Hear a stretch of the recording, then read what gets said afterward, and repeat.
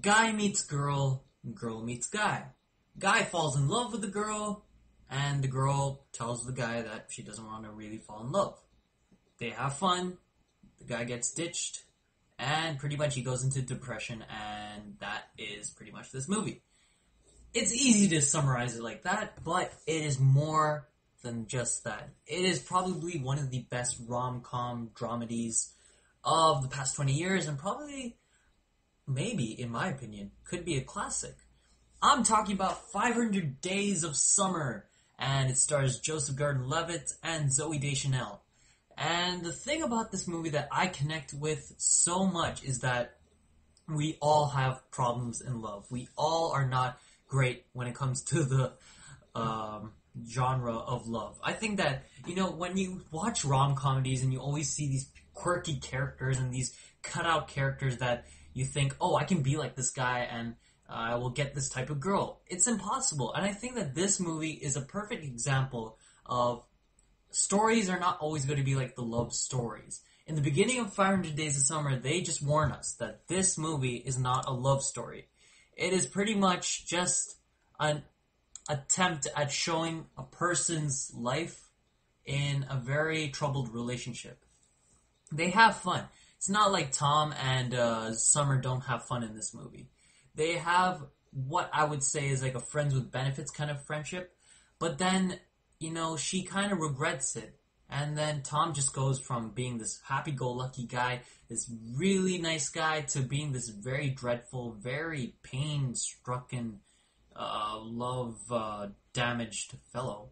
And I kind of agree with this movie because every love movie that I've always seen has always ended on a happy note, or kind of brings in the two main characters together, be like, yeah, we can't really separate them. This movie draws a line and kind of just breaks it and says, we're not going to do that. We're going to show an actual, realistic kind of relationship. And I think that this movie just shows it in a positive way. I think that a lot of romantic movies really want to be like in the stereotypical kind of formula. This movie is showing different days in their relationship and different days on how, one day they're really doing well. The next day, Tom is really like depressed. One day, Summer's questioning. The other day, she's okay with the relationship. I think that that is how real life is. We're not playing by the script. We're playing by our own rules. And whatever's surrounding us, it kind of affects us in the way that we deal with our problems. In Summer's case, the movie The Graduate has a big influence in this love life. In Tom's case, he pretty much sees everything as like, how we always see in romantic comedies. Like, he thinks everything that she does is beautiful, her smile, or her, like, even the birthmark he finds, like, attractive. And then after they break up and after he goes into this depressed mode, everything that she does has become ugly and being, like, very damaging to his life. I have had problems in my love life as well. I've never had a girlfriend yet because many girls have used me, and that's my opinion.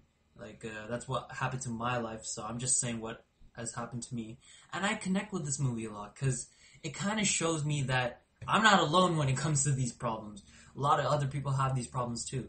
And, it's these kinds of movies that give you this kind of sense of realism in the field of the genre of romance. I think that the genre of romance could be delved into different kinds of subgenres. This movie has a lot of comedy that is not straightforward. It's very depressing. There are moments where you're kind of just like, you're laughing, but when you think about it, the guy is fucking depressed. He makes that postcard saying, roses are red, violets are blue, fuck you whore. That line killed me. But then when you watch it again, you're like, wow, this guy has some problems. And, a lot of people go through this. And I think that that's what makes this movie so connectable, in my opinion. Some people have success in love. They're never going to have problems with it. I think they won't enjoy this movie as much. But I think that 80% or 90% of the people out there, guys or girls, will love this movie. Because it's connectable. You can connect with it and you won't feel bad laughing at those depression scenes, or you won't feel bad, admiring the even happy moments. And though, spoiler alert if you've never seen this movie yet, though he does not end up with Summer at the end, he does find, ironically, Autumn at the job interviews. So I don't want to see a sequel to this movie. I would like to know like what happened with him and Autumn. Hopefully he gets that girl. But these kinds of movies you see not too often, and that's why I put it in one of these selections as one of the 1001 movies that I would recommend to you guys. Because, you know, you don't really run into these movies a lot.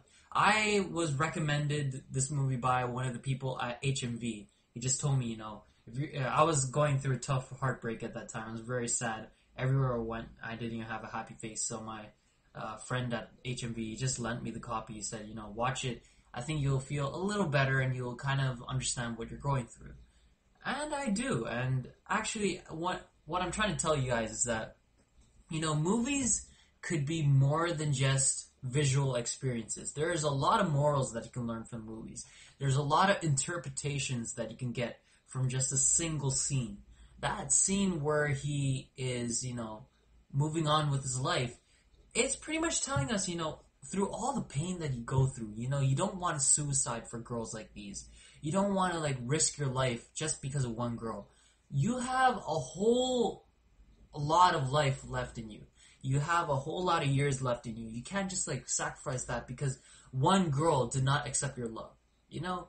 And I think that this movie perfectly illustrates that. At the beginning, there's a lot of pain, there's a lot of suffering, but at the end, we go through his life in that 500 days, and we see that he transforms from being this happy-go-lucky guy to being an understanding person.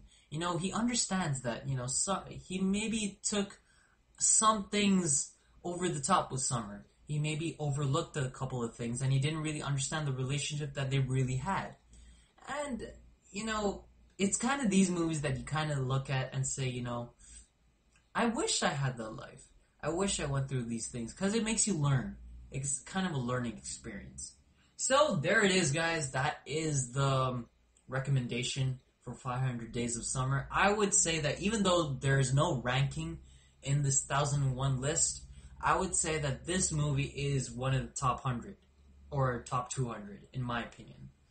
And so there you are. If you like this movie, please like the video, please comment, please subscribe, and don't forget, guys, please tell me how you felt about this movie. I really want to know what you guys felt, and if you have any stories about your relationships and what you went through in your life, comment below.